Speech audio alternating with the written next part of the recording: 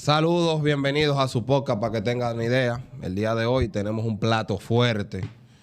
Tenemos al sociólogo amigo Juan Miguel Pérez, maestro de la Universidad Autónoma de Santo Domingo, investigador, con el cual analizaremos varias cosas. Una de ellas es la situación que ocurrió el pasado sábado en la zona colonial, donde algunos la califican como un cataclismo y que sucedió y que tomaron un grupo de jóvenes en la zona colonial para acabarla, para asaltarla. Buenas noches, Juan Miguel, bienvenido. ¿Cómo tú estás? Aquí. Yo considero que nosotros deberíamos iniciar esto bien caliente de una vez. Y lo siguiente... No, él lo va a saludar ahora. Lo siguiente debería ser... ¿Por qué los teteos en los barrios surgen el día a día y no causan ningún estrago en las redes sociales? Los medios no se hacen eco de ese tipo de cosas. Pero en el momento determinado que los teteos van a una casta distinta, se arma ese reperpero. A un territorio. A un territorio distinto. Sí.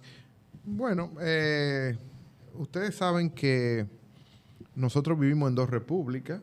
Una que es la República del Mundo, aquella que el CONEP de una manera, vamos a decirlo así, oficial, cuenta el relato, la historia de este país, y hay una república parte atrás que se desconoce, sobre todo, y eso lo decía en un escrito que hice, qué es lo que realmente es esa república de lo desbaratado, de lo descamisado, de los marginados, de los barrios.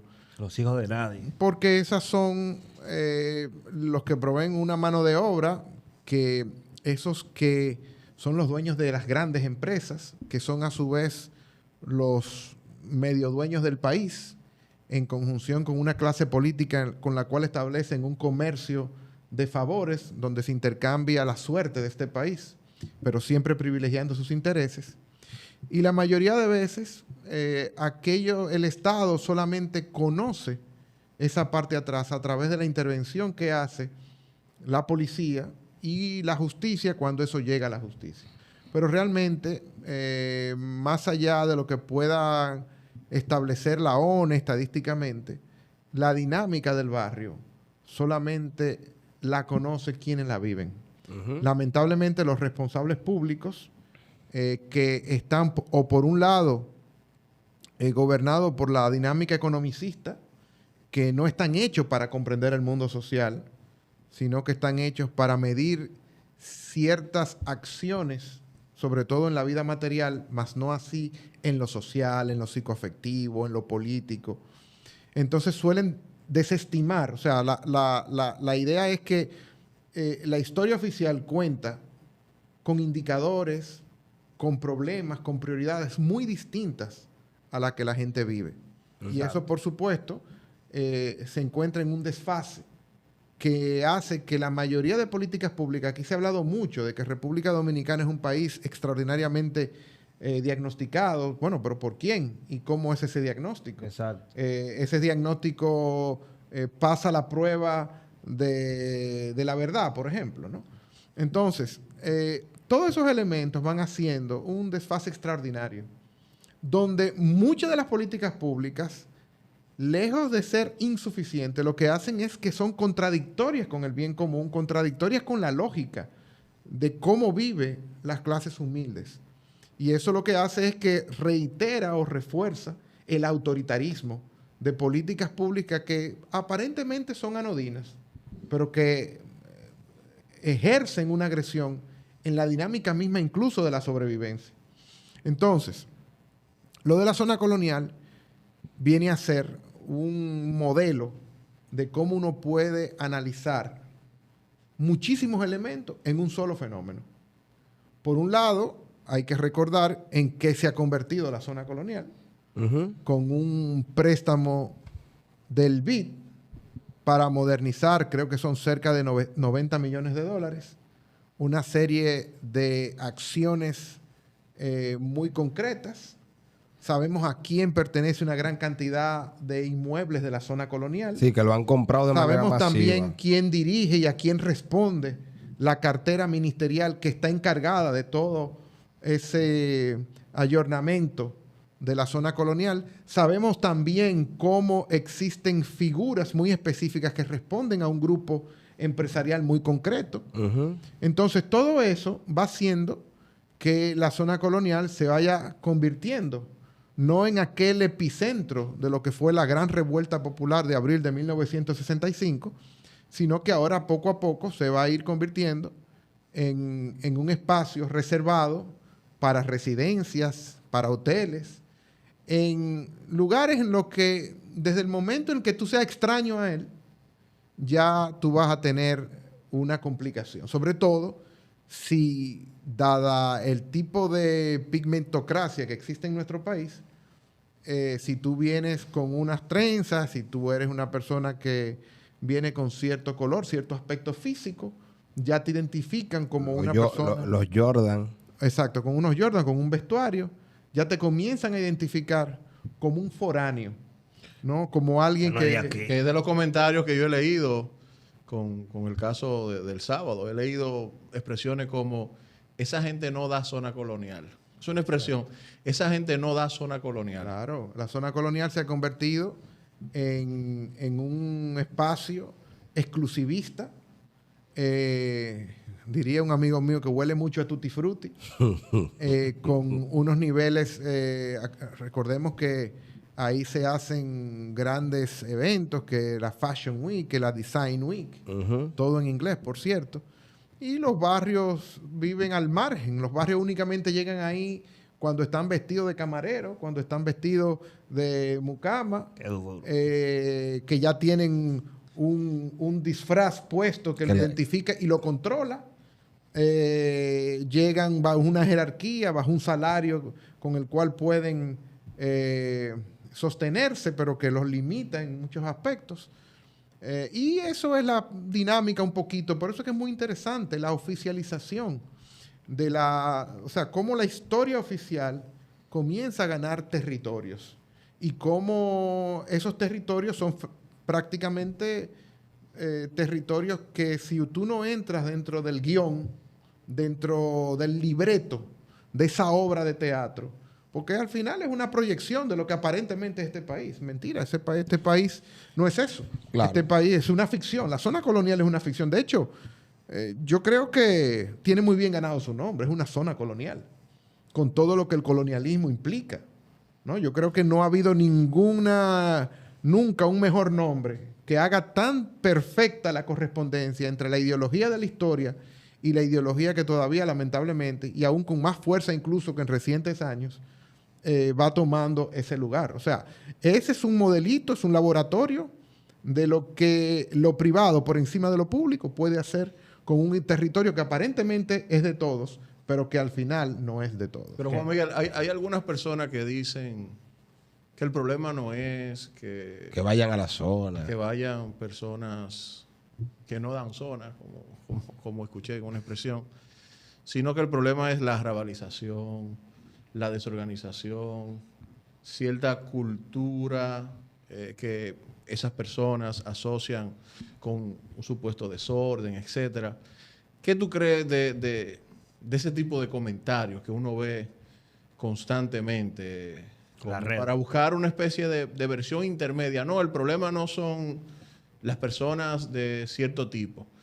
El problema es el desorden. Lo que hacen, no saben comportarse, no están a la altura de la zona. ¿Qué te parece eso? Que yo entiendo que... Pero eso entra dentro del proceso del racismo.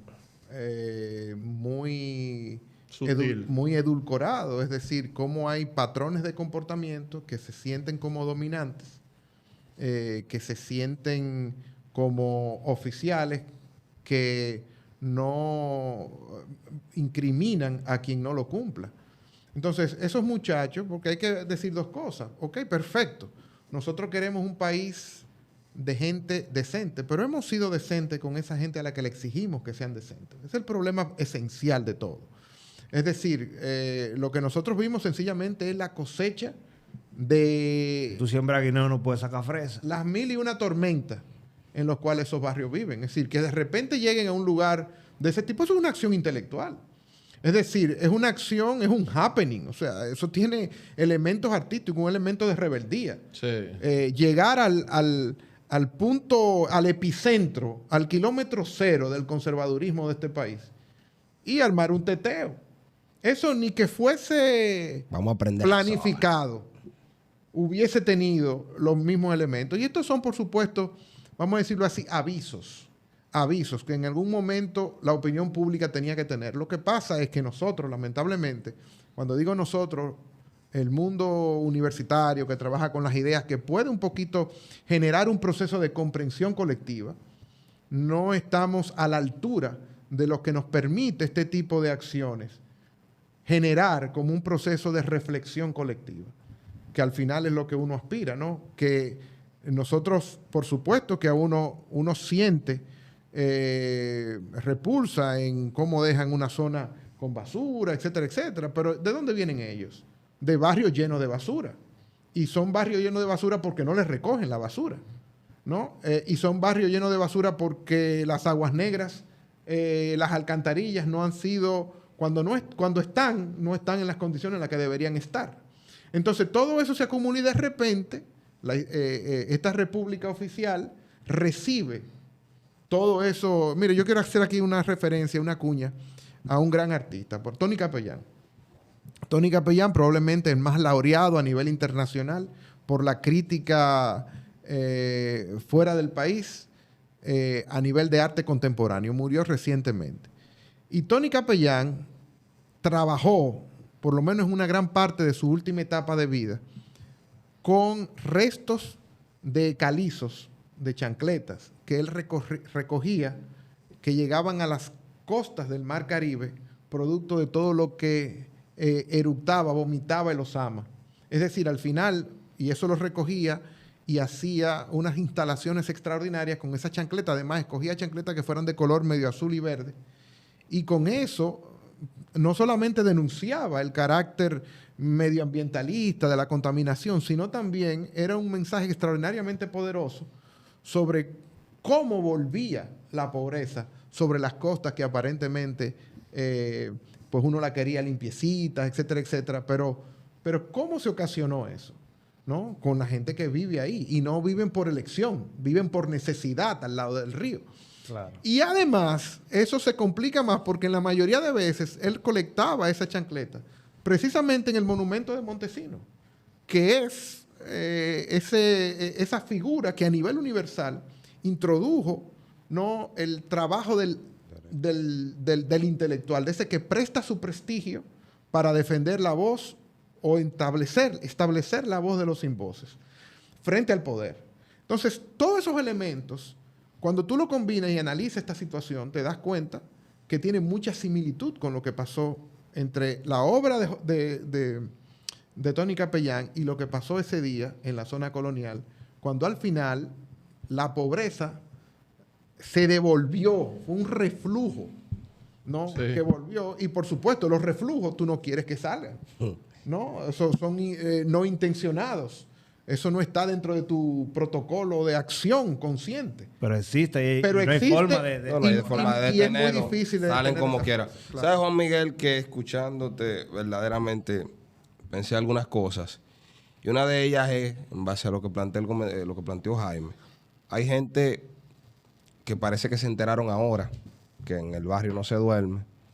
Yo compartí hoy un artículo que escribí en una ocasión cuando los sectores más acomodados, más perfumados de nuestra sociedad, incluyendo un exfuncionario que le vendieron parte de esa misma zona de Sanssouci, decía de agarrar la realidad que vive la 42, que la gente no duerme y que la gente vive expuesta diariamente. Y ese es uno de los tantos lugares. A esos lugares, Villa Agrícola, el lado de la 30 y otros lugares más, y convertirlo en una zona, un bulevar, una zona turística. Pero están gritando con lo que pasó el domingo. Pero al margen de Juan Miguel, ¿por dónde anda la República Dominicana? Porque veo gente ahora cargándole a la juventud. Pero es solamente una responsabilidad de la juventud.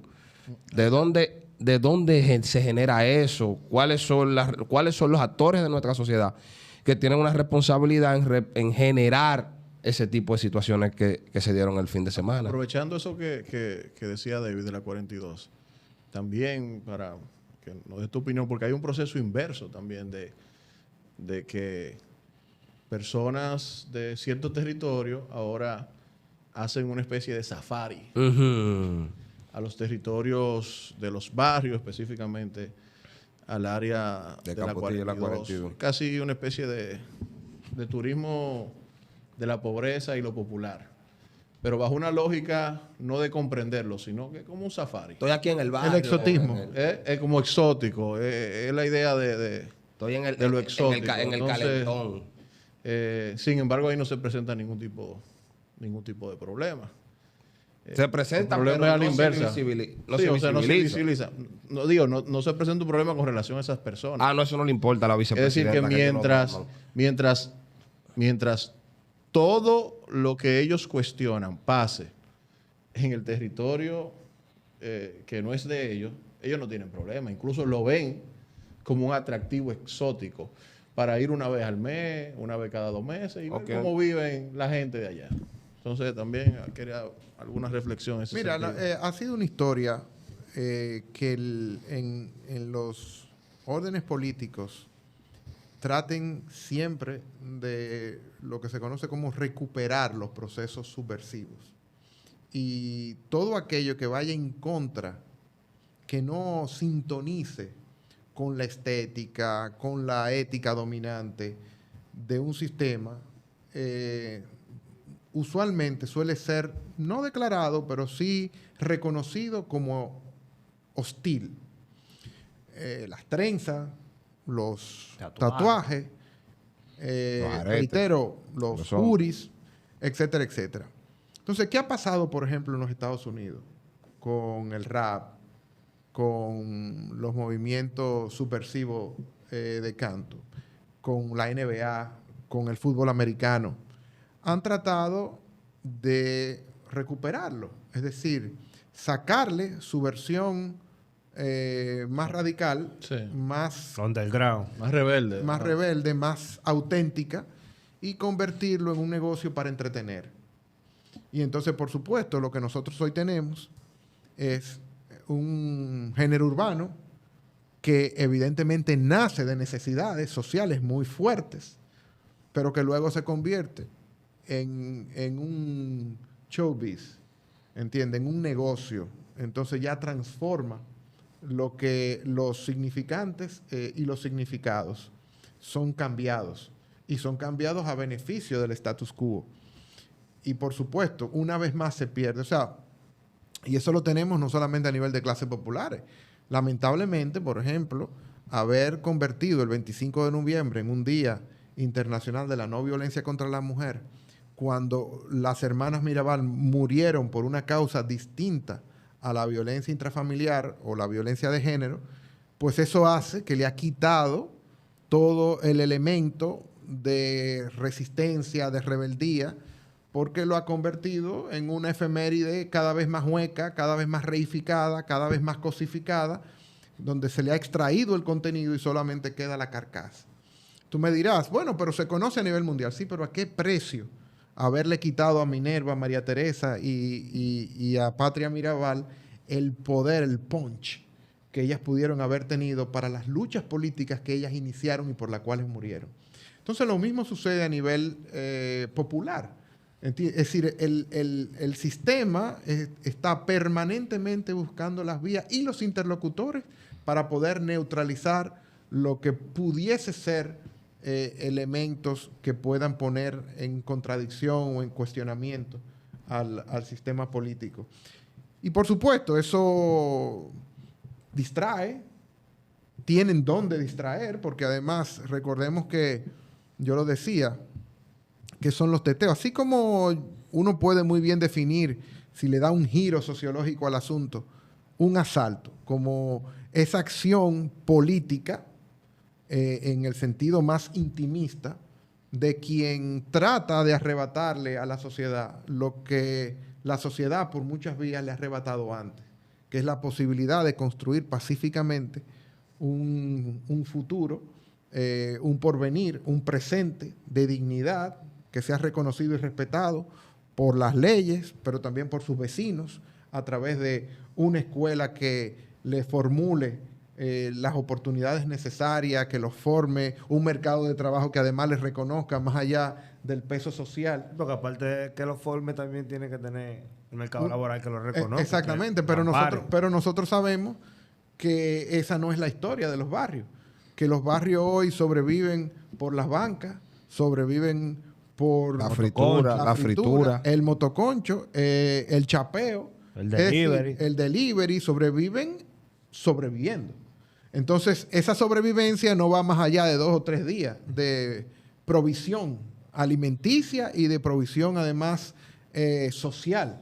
Porque como viven en estado de sobrevivencia, pues esa sobrevivencia necesariamente genera escasez, y la escasez lamentablemente genera un estado general de violencia, porque todo el mundo está atento a cómo poder sobrevivir con lo poco que le queda al barrio, sabiendo que la lotería se lleva gran parte, los juegos de azar se llevan ese elemento muy, muy fuerte, sabiendo que ellos van y buscan dinero en las zonas de afluencia y vuelven al barrio con lo poco que obtienen esos días, si no es que son macuteados, si no es que le quitan el motor, etcétera, etcétera. Entonces, yo le he denominado a eso esa guerra social que le tienen a los pobres. Entonces, no obstante, además crea como un componente de que en el día a día se vive tanto en la problemática, en el pensar cómo llego a mañana, cómo llego a pasado, qué hay que hacer para resolver esto. Tú vives en un proceso de ansiedad tan grande que tenemos un sinnúmero de pacientes en los barrios porque te crea muchísimos problemas psiquiátricos. Tenemos muchísima gente que vive en un estado de ansiedad el día a día. Entonces, la violencia, la ansiedad, los problemas, cómo calmo, eso es un problema muy grande. Te voy a poner un ejemplo del desfase que hay a partir de eso que tú dices, entre la historia oficial y la historia parte atrás. Cuando yo utilizo a mis estudiantes, o sea, lo que nosotros tratamos es de convertir eso que vivimos en la calle, en el aula, lo transformamos en un laboratorio de reflexión comunitaria, para darle conceptos, para darle nociones, para darle estadísticas, para generar producción de conocimientos a partir de lo que cada uno de nosotros hemos vivido. Sobre todo a esos muchachos, estudiantes universitarios de la UAS, que viven en barrios de todo el espectro urbano y rural y semiurbano de Santo Domingo. Entonces, ¿qué me dicen ellos? Que dentro de los principales problemas que tiene el barrio está la contaminación sonora, que no lo deja estudiar, que no lo deja dormir, que no lo deja vivir, que es una iglesia, que es un colmadón, que es un Dicolay, etcétera, etcétera, que es un Kitipó, todos esos elementos. Entonces, ¿qué pasa? Eso no entra dentro de la prioridad esencial. Está y de vez en cuando es publicado en los medios, pero los medios lo que hace es reproducir las prioridades del periodista o del jefe de redacción o del dueño del periódico y la proyecta como universales. Pero en realidad, ese problema, que siempre sale como uno de los principales problemas, no es hoy prioridad de las políticas públicas. No. ¿Entiendes? Entonces, ahí es que tú ves el por qué la gente se va alejando de la política, porque no le habla a ellos. Y yo siempre hago encuestas permanentemente con ellos de preguntarle cuál es la noticia del día y la que podría ser para nosotros, incluso para quienes nos escuchan y nos ven, ¿verdad? Porque hay que llegar aquí, hay que ubicar. Tú tienes que tener el tiempo para hacerlo, ¿no? Y interesarte. O sea, todo eso se construye. La vocación por la cosa pública no es de la noche a la mañana, no es espontánea. Eso se trabaja.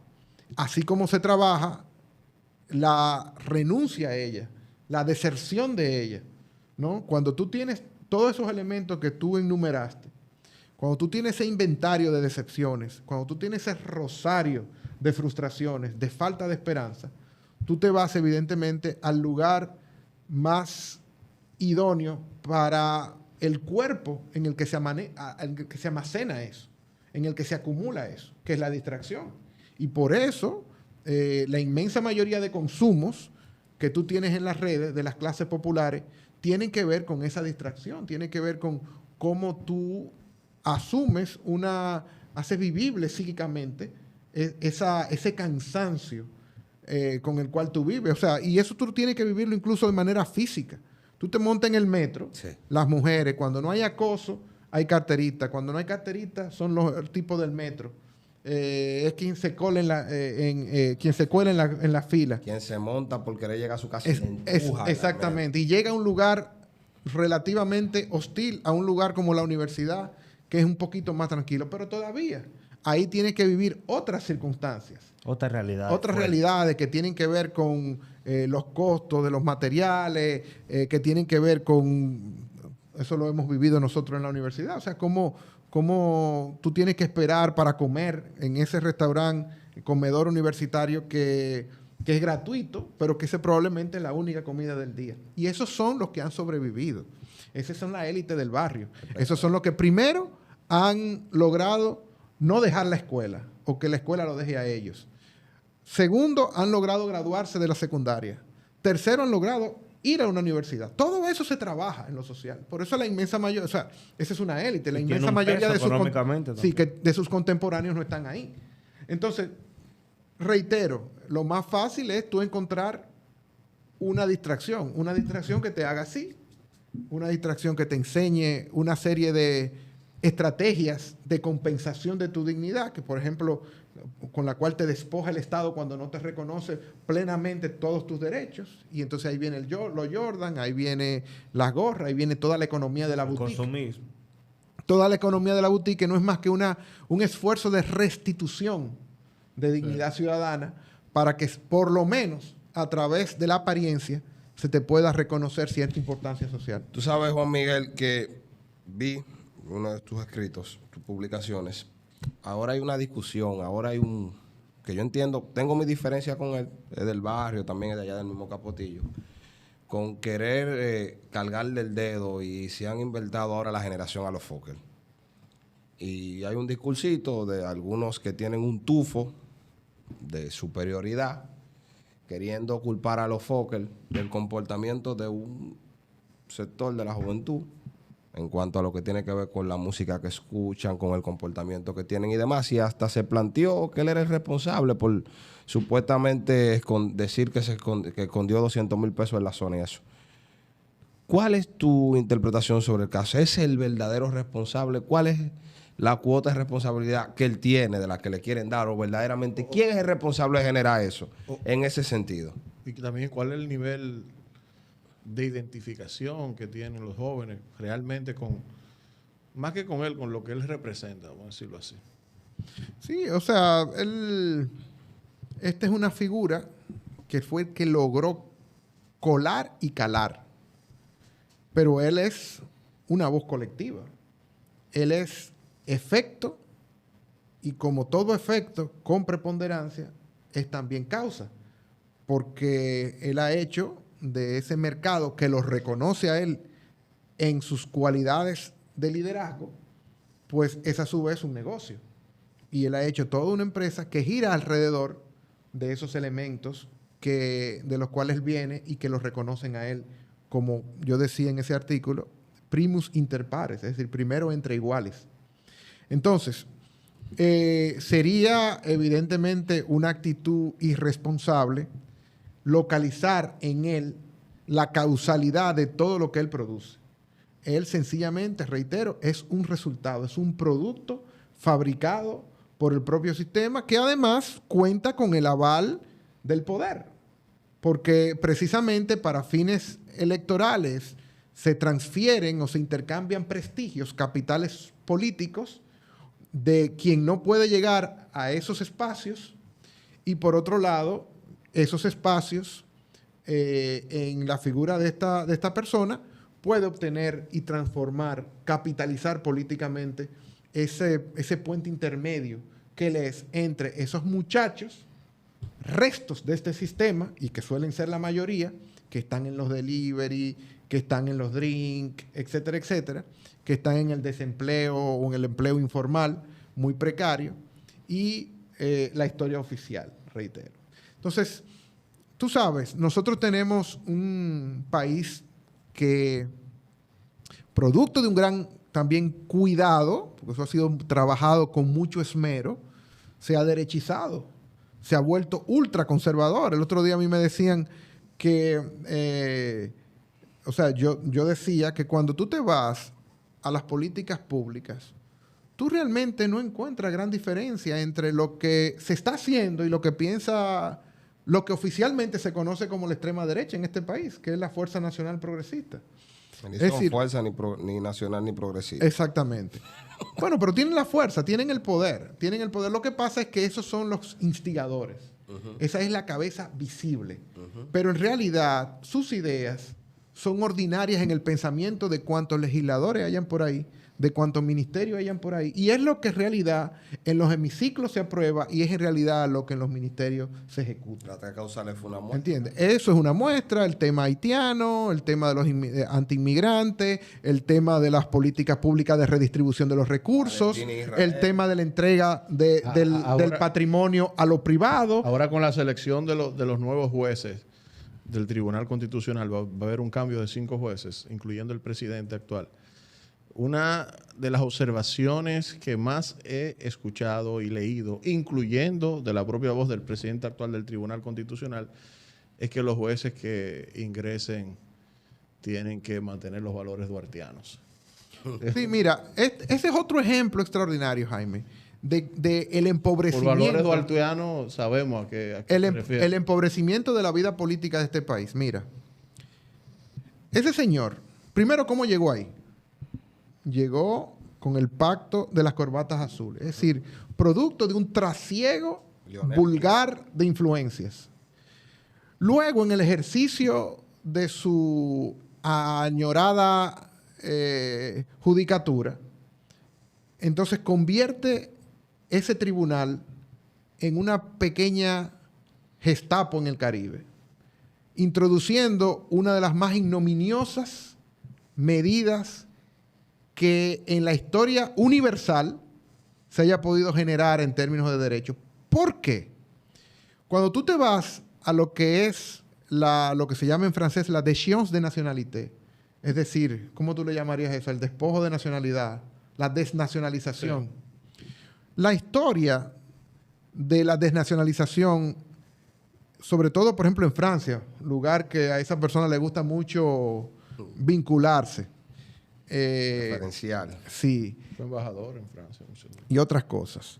Y entonces, ¿cómo lo logra hacer? ¿Cómo lo logra hacer? Mira, cuando se abolió la esclavitud en Francia, se dijo que uno de los castigos, el único castigo que ameritaría quitarle la nacionalidad a un francés, estamos hablando de mitad del siglo XIX, sería la trata negra. Es decir, si tú volvieras al negocio de la esclavitud. ¿Y qué pasa? Que en los años 80, ¿quién era que negociaba la trata de personas en un sistema de semi-esclavitud para atraer trabajadores en condiciones infrahumanas a los batalles dominicanos? Los famosos braceros. Exactamente. Precisamente ese señor, que luego establece una política. O sea que al final, a quien le tenía que quitar la nacionalidad era él. Por ese gesto ignominioso que hizo derecho. Supuestamente el en vínculo este país. Que tenía con Peña. Y mira. Pero entonces mira qué pasa. Que toda la clase de tu profesión, o una gran parte de esa profesión, aún incluso aquellos que dicen ser progresistas, les rinden pleitesía, le escriben libros en honor a él. Profesor. Le escriben reportajes laudatorios. Magistrado. ¿Entiendes? A un juez nazi. Sí. A un juez nazi. Y con la característica que... ¿Entiendes? Entonces, ahí es que tú ves un poquito lo que lamentablemente se ha convertido el debate público en este país, que está de un solo lado. Y está de un solo lado porque en este país no existen las condiciones adecuadas para tú mantener independencia de criterio, para tú poder investigar, para tú establecer una autonomía entre quienes deciden y tu pensamiento. Por eso la producción está prácticamente nula en este país.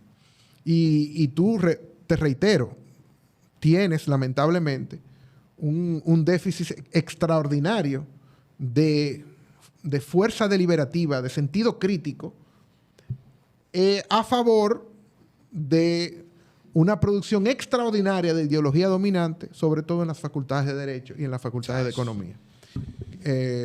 ¿Verdad? Y entonces tú tienes entre el derecho, la economía y la teología, que se juntan a veces y tú no sabes realmente diferenciar una y otra, son realmente las ideas que legitiman lo que la derecha actuante realiza. Porque el momento en que tú comienzas a hablar, por ejemplo, de redistribución de riqueza, ya comienzan a decirte y a etiquetarte, cuando en otros países de la región e incluso del mundo, tú te encuentras con que las reformas fiscales son cosas absolutamente ordinarias dentro del ideal democrático. Y yo le comentaba, yo participaba el otro día de una comparecencia en televisión con un alto funcionario con sensibilidad progresista. Y yo decía, es increíble cómo en tiempo electoral, en cualquier parte del mundo, una reforma fiscal hubiese sido lo que te haga ganar votos. Porque se supone que normalmente las reformas fiscales benefician a los más de abajo, que son los mayoritarios en este país. Pero eso está extirpado, no solamente de la derecha, sino también de algunas referencias que dicen ser progresistas y que lamentablemente juegan con las... Tú sabes, esa idea de que siempre hay que no molestar mucho al sistema, porque al final ellos son los que quitan y ponen. Es un reconocimiento que muchos actores políticos que saben lo que nosotros estamos hablando, pero que están en una dinámica de obtención de poder, lamentablemente se censuran. Mira, Juan Miguel. Profundo. Verdaderamente, todo el escenario que tú has planteado y la realidad que nosotros vivimos, que alguna gente la quiere desconocer, me plantea una gran pregunta. Yo sé que tú no tienes la respuesta absoluta y obviamente es imposible porque es una construcción. Pero ¿qué salida tiene el pueblo dominicano ante la realidad tan sombría que tiene de una clase política chupasangre, explotadora y abusadora y que le sirve al empresariado o coordina con el empresariado cómo explotarnos? Ahí vi que hay un intento de privatización de la maternidad San Lorenzo de los Minas. Ahí está la situación de la barcaza de Asua que explotó. Tú te ves una realidad. Yo tomo el metro diariamente y tú ves que la gente va para el trabajo cuando regresa a su casa en una situación encrispada, las discusiones que se generan, el dengue acabando. Ante este escenario que uno ve y unas elecciones el próximo año y tú ves gente que supuestamente plantean ser distinto a lo anterior y andan juntos y revueltos y planteando alianzas coyunturales. Ante ese escenario, ¿qué salida? Porque al final el canal de la Mona, la Yola, ¿dónde nos vamos? ¿Qué hace el furgón? Como en los México 80, 90. 2.0. México, que tengo muchísimos amigos que me viven diciendo, yo te voy a ayudar para que te vayas. Mira, yo, a propósito de eso que sucedió en la zona colonial, y ojalá que tal vez en algún momento la producción lo pueda poner, yo recordé una canción que yo conocí en el Teatro Nacional junto a mi padre, de Joan Manuel Serrat, justo en el momento en que él estaba, vamos a decirlo así, inaugurando en un tour en el que la hizo conocer, Disculpe el Señor, que es una pequeña historia muy bueno, de un señor, un mayordomo, que le está diciendo a su jefe. señor, a su jefe, en un hotel. que no, en su casa, y le está diciendo que a la mansión de ellos está llegando cada vez más pobres y siguen llegando. Y al final él tiene que dejarlo entrar porque son demasiados. Y yo te digo esto porque en ese momento, cuando se escuchó esa canción, era la caída del muro de Berlín, el fin de la aparente utopía socialista, el triunfo definitivo proclamado por Fukuyama del fin de la historia, el nuevo amanecer que el capitalismo prometía como ya la última fase de la evolución de la humanidad. Y eran tiempos de mucho desconcierto en la izquierda, en los sectores progresistas. ¿Qué hacer ahora? Nosotros estamos viviendo un momento muy oscuro. Tú ves Israel cómo lleva a cabo un genocidio a plena luz del día, streaming, sin ningún tipo de acción de las grandes potencias. Una cosa increíble. O sea, retrocediendo a unos niveles cavernícolas. Igual en Estados Unidos, en República Dominicana, Parece que hay una competencia por cuál sea más gente haitiano que el otro, cuál le da más duro a los más vulnerables, que son de los pobres, los más pobres, que son los inmigrantes. Y cuando tú tienes todos esos elementos, lo que te decía del plano de las ideas, el apagón moral de la intelectualidad dominicana, que está en puestos de embajador, como ministro, en direcciones de institutos que tienen que poner la cara y lo que ponen es la espalda. Y tú dices, bueno, aquí hay una situación dramática en términos de la esperanza. Una partidocracia que ha suplantado a la democracia y que se distribuye los cargos entre hijos, sobrinos, hermanos, cuñados, nietos, creando una monarquía social cada vez más despegada de lo que está supuesto a gobernar. Y eso, sin duda alguna, te genera un proceso de mucho, mucho pesimismo. Porque hay que estar claro de que la situación no es fácil. Y sobre todo que esa partidocracia no va a ceder. No va a ceder en su monopolio de la representación y del poder. Eso no es verdad que va a ceder. Claro, el pueblo dominicano ha llevado a cabo jornadas extraordinarias. La llevó en el año 61, en el año 63, en el año 65, en el año 78, en el año 90, en el año 94, en el 2020. En el año 84. Procesos que siempre fueron luego confiscados por la élite. A los cuales evidentemente usted sale y dice, bueno, tú votaste por default por el que estaba ahí. Y tú sabes que eso todo lo controla el poder establecido. Es decir, si tú quieres hacer un partido, prácticamente tú tienes que dedicarte 20 años a conformarlo, con un dinero que sea propio. Es decir, el sistema se ha estructurado y se ha blindado contra cualquier posible participación popular de carácter independiente a esos que les reniegan al pueblo su soberanía y se la adjudican ellos mismos, esos partidos políticos, sin excepción. Todos están más o menos en esa perspectiva. Que yo sepa, ninguno de ellos ha hablado, por ejemplo, de ampliar el espectro de participación popular. Aquí no ha habido ningún tipo de reforma política que vaya más allá de una ley de partido. Aquí no hay ningún tipo de iniciativa que pueda generar procesos de empoderamiento de la gente más allá de los partidos. Ni darle más poder a la gente como referente. Y entonces cuando tú ves cómo actúan los partidos internamente, tú te das cuenta que ya ahí hay una censura. Una censura que si tú no tienes los enganches hereditarios de linaje consanguíneo, de clase, de dinero o de entrega de tus ideas a la causa del sistema, tú no vas para parte. Entonces, sin duda alguna que estamos en una situación muy compleja. Pero este tipo de espacios, dirán que ese es poco, puede generar procesos como lo que se vivieron aquí no hace mucho tiempo. Procesos que tomaron la calle y que tomaron a la gente y el corazón de la gente. Porque al final, como yo siempre he dicho, los pueblos tienen el poder de cambiar la historia. Lo que pasa es que a quiénes tú le entregas ese poder luego.